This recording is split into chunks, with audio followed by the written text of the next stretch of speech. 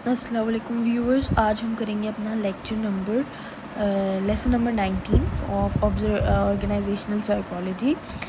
तो हमारा लेक्चर है जॉब सेटिस्फेक्शन, यानी ये एक खुशी का एहसास है जो किसी शख्स को अपना काम करने के नतीजे में महसूस होता है।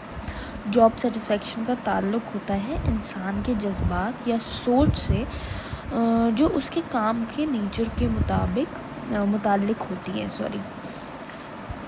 अच्छा, ये मुख्तलिफ़ चीज़ों से मुतासर होती है, जैसे कि सुपरवाइज़र के साथ रिश्ते की क्वालिटी और काम करने का फ़िज़िकल एनवायरनमेंट, काम में लर्निंग और फुलफ़िलमेंट का लेवल। एक तरफ से जॉब सेटिस्फेक्शन को डिपेंडेंट वेरिएबल समझा जाता है जो वर्किंग कंडीशंस जैसे स्ट्रेसर्स पर डिपेंड करता है, लेकिन दूसरी तरफ इसे इंडिपेंडेंट वेरिएबल भी समझा जा सकता है, क्योंकि डिफरेंट आउटकम पर असर डालता है, जैसे कि एब्सेंटिज़म यानी कि काम से गैर हाज़िरी कह लें आप, और फ्लक्चुएशन काम छोड़ना, टर्नओवर और परफॉर्मेंस काम की परफॉर्मेंस। जॉब सेटिस्फेक्शन जो है रिलेट करती है कुछ चीज़ों से, जैसे कि वर्क है, काम के अंदर लर्निंग और रिस्पॉन्सिबिलिटी की अपॉर्चुनिटीज़ मिलना काम से सेटिस्फेक्शन को बढ़ाता है। दूसरे नंबर पे है पे, जो पैसे मिलते हैं आपकी सैलरी वगैरह, वो अगर डायरेक्ट रिलेशन है उसका जॉब सेटिस्फेक्शन के साथ। ऑब्वियसली किसको खुशी नहीं होगी जब आपको ज़्यादा पैसे मिलेंगे, मतलब आपको अच्छे पैसे मिलेंगे आप जो काम कर रहे हैं। नंबर 3 पे है प्रमोशन और एडवांसमेंट अपॉर्चुनिटीज़। अगर प्रमोशन मिलने के चांसेस ज़्यादा हों तो भी जॉब सेटिस्फेक्शन जो है बढ़ती है। नेचर नंबर 4 है नेचर ऑफ सुपरविजन प्रोवाइडेड। अच्छा सुपरवाइज़र अगर सपोर्टिव हो तो लोग ज़्यादा सेटिस्फाइड होते हैं। नंबर 5 है नेचर ऑफ कोवर्कर। अगर कोवर्कर अच्छे और सपोर्टिव हो तो भी जॉब सेटिस्फेक्शन बढ़ती है। मेजरमेंट ऑफ जॉब सेटिस्फेक्शन को नापने के कुछ तरीके हैं, मेजर करने के तरीके हैं। एक है रेटिंग स्केल, सबसे ज़्यादा यूज़ होने वाला तरीका है लिक्टर स्केल, और रेंसेस लिक्टर का दिया गया है ये हमें। इसमें लोग स्टेटमेंट्स पर एग्री या डिसएग्री का जवाब जो है 5 या 7 पॉइंट्स के स्केल पर देते हैं। जैसे हम रेटिंग देते हैं ना, उसी तरह किसी भी प्रोडक्ट की रेटिंग देते हैं हम उनको स्टार्स देते हैं, उसको बेसिकली रेटिंग स्केल कहते हैं।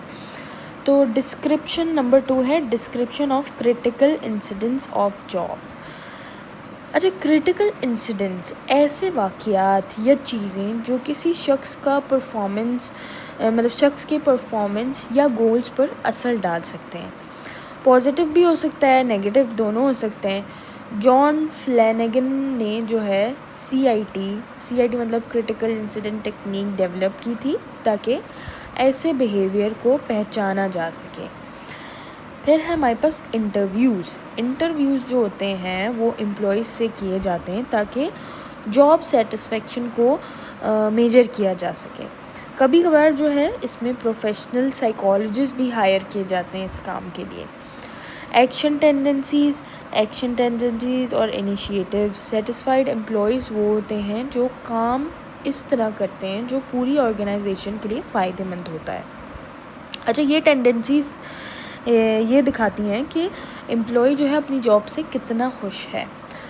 अब है हमारे पास आउटकम्स ऑफ जॉब सेटिस्फेक्शन। ये आप जो है 5 पॉइंट्स का है और मे बी आपसे ये लॉन्ग में पूछ सकते हैं, तो ये थोड़ा सा सुन लें। अच्छा, ये कुछ असरात हैं जो जॉब सेटिस्फेक्शन से पैदा होते हैं। नंबर 1, जॉब सेटिस्फेक्शन का ताल्लुक़ लाइफ सेटिस्फेक्शन से होता है, यानी अगर कोई शख्स अपनी ज़िंदगी से खुश हो तो अक्सर अपनी जॉब से भी खुश होता है, और वाइस वर्सा मतलब नहीं जॉब से खुश होगा तो ज़िंदगी से भी खुश नहीं होगा। नंबर 2, जॉब सेटिस्फेक्शन प्रोडक्टिविटी बढ़ाती है, और लेकिन ये रिलेशन इतना कोई स्ट्रॉन्ग नहीं है। नंबर 3, जॉब सेटिस्फेक्शन से परफॉर्मेंस इम्प्रूव होती है, और अच्छी परफॉर्मेंस फिर जॉब सेटिस्फेक्शन और बढ़ती है। क्या मतलब है कि जॉब सेटिस्फेक्शन से जो है परफॉर्मेंस इम्प्रूव होती है, और अच्छी परफॉर्मेंस होगी तो आपकी जॉब सेटिस्फेक्शन भी बढ़ेगी। नंबर 3 है कि जो लोग अपनी जॉब से खुश नहीं होते वो ज़्यादा छुट्टियां करते हैं, अपना काम छोड़ देते हैं। लेकिन अगर मौसम अच्छा हो तो डिससेटिस्फाइड लोग भी काम पर आ जाते हैं। लेकिन ज़्यादातर क्या होता है, कोल्ड डेज़ जब होते हैं, सर्दियाँ होती है, तो लोग काम पे नहीं जाते। अच्छा, फिर सॉरी ज़्यादा आगे बढ़ गई मैं। फिर है एब्सेंटिज़म और टर्नओवर दोनों में जो है यानी छुट्टी से गायब, मतलब छुट्टी करना, गायब होना काम से, गैर हाज़िरी कमी देखी गई है जब लोग अपनी जॉब से खुश होते हैं। अच्छा, नंबर 4 है कि अदर्स यानी कि अच्छी मेंटल और फिज़िकल हेल्थ, कम एक्सीडेंट्स और अच्छा सिटीजन बनना भी जॉब सेटिस्फेक्शन से रिलेट करता है। अब है हमारे पास ऑर्गेनाइजेशनल कमिटमेंट का मतलब होता है एम्प्लॉय का साइकोलॉजिकल अटैचमेंट किसके साथ, ऑर्गेनाइजेशन के साथ। ये जॉब सेटिस्फेक्शन से डिफरेंट होती है, क्योंकि जॉब सेटिस्फेक्शन जो है ना एक फीलिंग्स का नाम है, और जबकि ये जो कमिटमेंट है, जो ऑर्गेनाइजेशनल कमिटमेंट, ये एक जज्बाती वाबस्तगी कहते हैं आप। ये कुछ ट्रेड्स हैं जो कमिटमेंट दिखाते हैं, जैसे कि ऑर्गेनाइजेशन में रहने की स्ट्रॉन्ग डिज़ायर हो गए, और मेहनत से काम करना, और ऑर्गेनाइजेशन के रूल्स और नॉर्म्स को एक्सेप्ट करना। ये सारा जॉब सेटिस्फेक्शन में, ऑर्गेनाइजेशनल कमिटमेंट में आता है।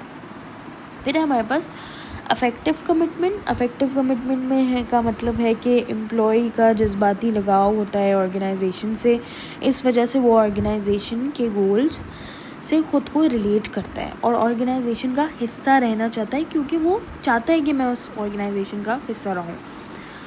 कंटिन्यूएंस कमिटमेंट क्या है, इस टाइप में जो है एम्प्लॉय ऑर्गेनाइजेशन के लिए इसलिए, मतलब ऑर्गेनाइजेशन में इसलिए रहता है क्योंकि उसे नुकसान जो है नज़र आता है कि अगर वो छोड़ देगा तो कंपनी का नुकसान होगा। ये नुकसान फाइनेंशियल भी हो सकता है, सोशल भी हो सकता है, जैसे कि दोस्तों के रिश्ते, कोवर्कर्स, ये सब हो सकते हैं। ठीक है, यहाँ एम्प्लॉय ऑर्गेनाइजेशन में इसलिए रहता है क्योंकि उसे रहना पड़ता है। नॉर्मेटिव क्या है कि नॉर्मेटिव कमिटमेंट में इसमें एम्प्लॉय ऑर्गेनाइजेशन के साथ अपने फ़र्ज़ यानी ऑब्लिगेशन की वजह से वफ़ादारी दिखाता है। फॉर एग्ज़ाम्पल, अगर ऑर्गेनाइजेशनल ने उसकी किसी चीज़, मतलब उसकी ट्रेनिंग में जो है इन्वेस्ट किया हो, तो एम्प्लॉय ये समझता है कि उसे उस काम का बदला देना चाहिए। वो ऑर्गेनाइजेशन में इसलिए रहता है कि क्योंकि उसे रहना चाहिए, मोरल ड्यूटी या आप उसको कह लें इंटरनल वैल्यूज़ की वजह से। हमारे पास कुछ इम्पोर्टेंट पॉइंट है। मेयर एंड एलन के मुताबिक ये 3 कमिटमेंट्स एक साथ भी किसी एम्प्लॉय में हो सकती है, लेकिन उनकी इंटेंसिटी जो है वो अलग होती है। अगर किसी एम्प्लॉय का कमिटमेंट या प्रोफाइल वीक हो तो उसका एब्सेंटिज़म बढ़ता है और वो जॉब छोड़ने के चांसेस बढ़ जाते हैं, फिर है हमारे पास इन्हेंसिंग ऑर्गेनाइजेशनल कमिटमेंट को बढ़ाने के तरीके किस तरह बढ़ा सकते हैं, सही आदमी को हायर करें, और नंबर 2 है ऑर्गेनाइजेशन का मिशन क्लियर रखो। नंबर 3, इंसाफ का माहौल दो जिससे फेयरनेस का एहसास हो, मतलब कि हर किसी के साथ फेयर हो, इंसाफ रखो। नंबर 4 है सिक्योरिटी का एहसास दो, जॉब सिक्योरिटी का एहसास देना चाहिए। और नंबर 5 है डिस्कशन मेकिंग में शामिल करें उन्हें, एम्प्लॉयज़ को। और नंबर 6 है हमारे पास एम्प्लॉय डेवलपमेंट और उनकी करियर ग्रोथ में मदद करें। ये था हमारा लेक्चर नंबर 19। उम्मीद है आपको पसंद आया हो। Thank you.